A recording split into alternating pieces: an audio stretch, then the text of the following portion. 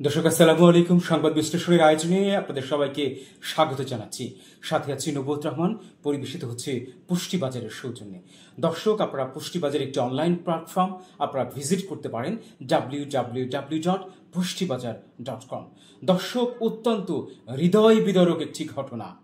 পুরন ঢাকার ব্যবসায়ী, ভাঙাড়ি ব্যবসায়ী, তাকে পিটিয়ে হত্যা করে লাশের উপরে একদম নারকীয়ভাবে উল্লাস করেছে যুবদলের এক নেতা। দর্শক, অত্যন্ত মর্মান্তিক, অত্যন্ত বেদনাদায়ক। এবং স্থায়ী কমিটির সদস্য সালাউদ্দিন আহমেদ কি বলছে দেখুন। ব্যবসায়ীকে হত্যার ঘটনায় বিএনপির উপর দায় চাপানো অপরাজনীতি। বিএনপির স্থায়ী কমিটির সদস্য সালাউদ্দিন আহমেদ বলেছেন, রাজধানীর মিটফোর্ড হাসপাতালের সামনে সোহাগ নামে এক ব্যবসায়ী যুবককে হত্যার ঘটনায় যুবদল, স্বেচ্ছাসেবক দল ও ছাত্র দলের অভিযুক্ত সদস্যদের আজীবন বহিষ্কার করা হয়েছে। এরপরও বিএনপির উপর দায় চাপানো নোংরা অপরাজনীতি। শুক্রবার 11 জুলাই রাতে সালাউদ্দিন আহমেদ গণমাধ্যমকে এমনটা জানিয়ে তাদের বিরুদ্ধে আইনি ব্যবস্থা নিতে সরকারের প্রতি আহ্বান জানিয়েছেন। তিনি বলেন, মিটফোর্ডের ঘটনায় সিরিয়াস ব্যবস্থা নেওয়ার পরও বিচ্ছিন্ন ঘটনা দায় বিএনপির উপর চাপানো অপরাজনীতি। এটা নোংরা রাজনীতির চর্চা। বিএনপি ও এর অঙ্গ সহযোগী সংগঠন কোনোভাবেই এর দায় নেবে না। দর্শক, এই ঘটনাটা কেমন? ঘটনাটাকে আপনারা বুঝতে পেরেছেন? বিএনপির সালাউদ্দিন আহমেদ যে বলছে আমরা তাকে বহিষ্কার করেছি, এরকম বহিষ্কার তারা বহুতবার করেছে, হাজারো বার করেছে। আপনাদের নেতাকর্মী কি শুধরিয়েছে? এরকম ঘটনা কি আর পুনরায় ঘটাননি? আজকে যে ঘটনাটি ঘটলো, চাঁদা না পেয়ে রীতিমতো তাকে হত্যা করা হয়েছে, পিটিয়ে হত্যা করেছে। এই একজন ব্যবসায়ী, পুরন ঢাকার সে ভাঙাড়ি ব্যবসায়ী, বিভিন্ন পুরনো জিনিসপত্র সে কেনাবেচা করত। তার কাছে চাঁদা দাবি করেছিল বিগত 1 মাস আগে।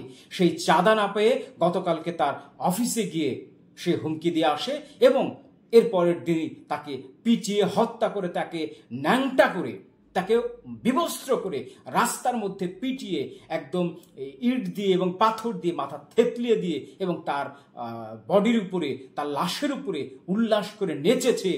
কিন্তু কি হবে? সে কি ফিরে আসবে? তার পরিবারকে, সোহাগকে ফিরে পাবে? আপনারা এখন বলছেন যে অপরাজনীতি চলছে। কেন? আপনাদের দলের নেতাকর্মীরা সারা বাংলাদেশের চাঁদাবাজির উৎসব করছে। তারা হাতীবান্ধা, লালমনিরহাট, পাটগ্রাম থানা ঘেরাও করে ওসিকে মারধর করছে। এগুলো আপনাদের চোখে পড়ে না? আপনাদের নেতাকর্মী বিভিন্ন জায়গায় ধর্ষণ করছে। কুমিল্লার মুরাদনগরে একটি মহিলাকে ধর্ষণ করছে। এগুলো আপনাদের চোখে পড়ছে না? নিজেদের নেতাকর্মীরা নিজেদেরকে পিটিয়ে মারছেন, নিজেদেরকে হত্যা করছেন। বিগত 9 মাসে প্রায় 150-র উপরে নেতাকর্মী, আপনাদের নিজেদের নেতাকর্মী নিজেদেরকে হত্যা করেছে। এই দায় কে নেবে বলুন? আপনি কিসের অপরাজনীতি করছেন? হ্যাঁ, আপনাদের কিসের রাজনীতি করছেন? আপনাদেরকে তৃণমূলের মানুষ আপনাদের কথা শুনছে না। কেন শুনছে না? কি রাজনীতি করছেন? আপনারা স্থায়ী কমিটির সদস্য হয়ে আপনাদের কথা কেন শুনতে চায় না? নির্বাচন চান, আপনারা ক্ষমতায় চান, দখলবাজি চান। এটা তো আরো ভয়াবহ রূপ ধারণ করবে। প্লিজ প্লিজ প্লিজ আপনারা প্লিজ রাজনীতি ছাড়ুন। দর্শক, একজন সংবাদকর্মী হিসেবে আমার মনে যে ক্ষোভ জমেছে সেটি বহিঃপ্রকাশ করলাম। কিন্তু সাধারণ মানুষের মনে কি ক্ষোভ জমেছে, এই নিউজটির বা এই খবরটির লিঙ্কে গিয়ে দেখলাম কমেন্টসে সাধারণ মানুষ কি কি বলছে। এমডি নাহিদ ইকবাল বলেছেন, আপনারা এখনো ক্ষমতায় আসেন নাই, অবশ্যই আপনাদেরকে ক্ষমতায় আসা উচিত। দেশবাসীর জানা উচিত আপনারা কেমন দখলবাজি, চাঁদাবাজি করেন। আপনাদের নমুনা দেখতে পাচ্ছি। দর্শক, দেখুন মানুষের মধ্যে কতটা ক্ষোভ। হিমাদ্রি হিমি লিখেছেন, যুবদল, ছাত্রদল এদেরকে যদি নিয়ন্ত্রণ করতে না পারেন তাহলে বহিষ্কার করুন, বিলুপ্ত ঘোষণা করুন।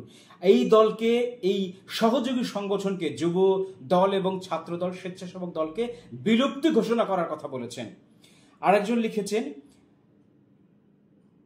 কুশল লিখেছেন, জামাত শিবিরের উপর দায় চাপিয়ে দিন সালাউদ্দিন ভাই।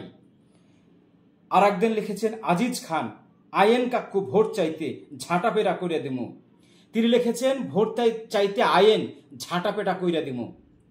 এমডি মানিক মিয়া লিখেছেন, একজন আরেকজনের উপর দোষ দিয়ে নষ্ট রাজনীতি আপনারা করছেন।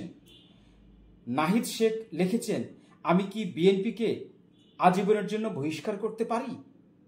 আরেকজন লিখেছেন, নাজমুল হোসেন রানা, প্রকাশ্যে খুন, প্রকাশ্যে চাঁদাবাজি, প্রকাশ্যে দখলবাজি, জুতা পেটা করা উচিত এই বিএনপিকে। দর্শক, বিএনপিকে জুতা পেটা করতে চেয়েছেন। আপনাকে শুনতে পাচ্ছেন? এই যে বিরুদ্ধে, মানুষের বিরুদ্ধে আপনারা গিয়েছেন, মানুষের বিরুদ্ধে গিয়ে কথা বলছেন, আপনারা আবার ক্ষমতা যেতে চাচ্ছেন, সালাউদ্দিন সাহেব আপনি কি মানুষের ক্ষোভ, কষ্ট, কান্না শুনতে পাচ্ছেন? নাকি গন্ধ পাচ্ছেন? রাজনীতির গন্ধ, ক্ষমতার গন্ধ, দখলের গন্ধ, ওই গদির গন্ধ, কোনটি শুনতে পাচ্ছেন? মানুষের কাছে যান, মানুষ